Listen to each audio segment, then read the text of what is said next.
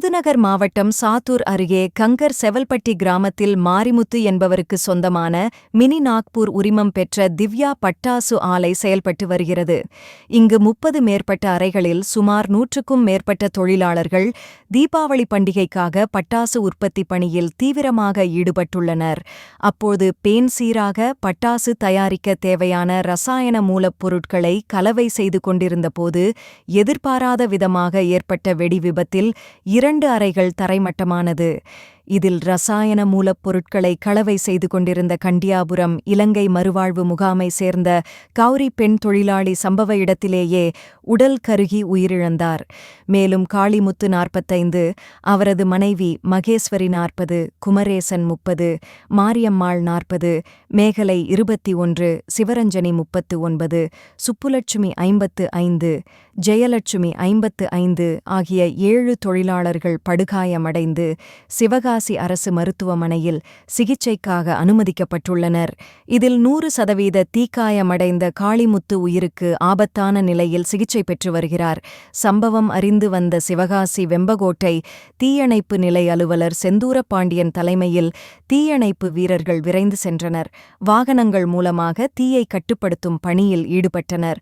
வெடி விபத்து குறித்து ஆலங்குளம் போலீசார் வழக்கு பதிவு செய்து விசாரணை நடத்தி வருகின்றனர். தந்திப்பார்வை செய்திகளுக்காக விருதுநகர் மாவட்ட செய்தியாளர் பா. அழகர்சாமி.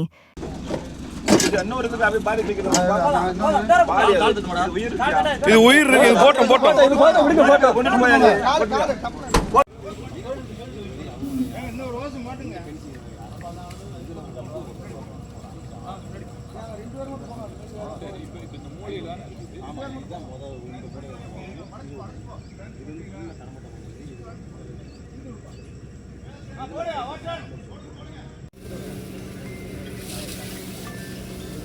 அங்கிட்டு போங்க சார்.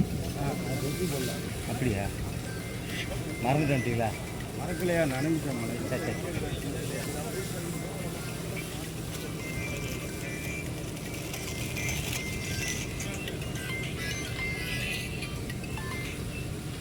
என்னவா?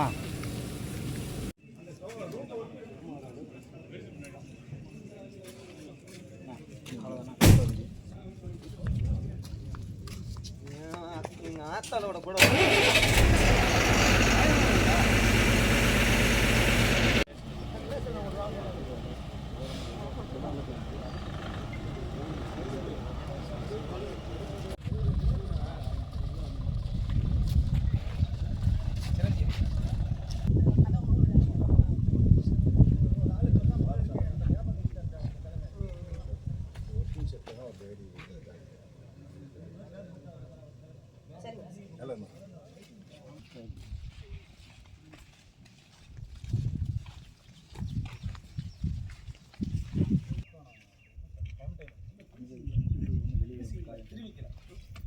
பார்த்து மேடம்.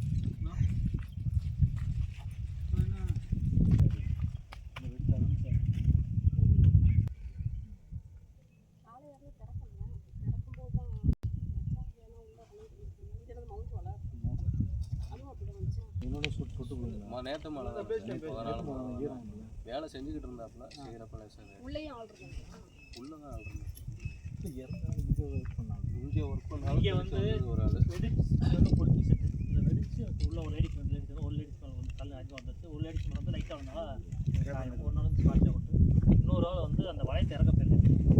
கல்லு இல்லை அதான் இறக்கி வைக்கிறப்ப லேசாக வேற ஒன்று அவர் வெளியில் ஓடி இருக்காது. அதனால் லேஸ் தீ கேட்டோட இருந்துச்சு.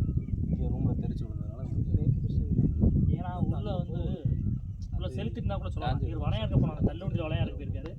இறக்கும் போது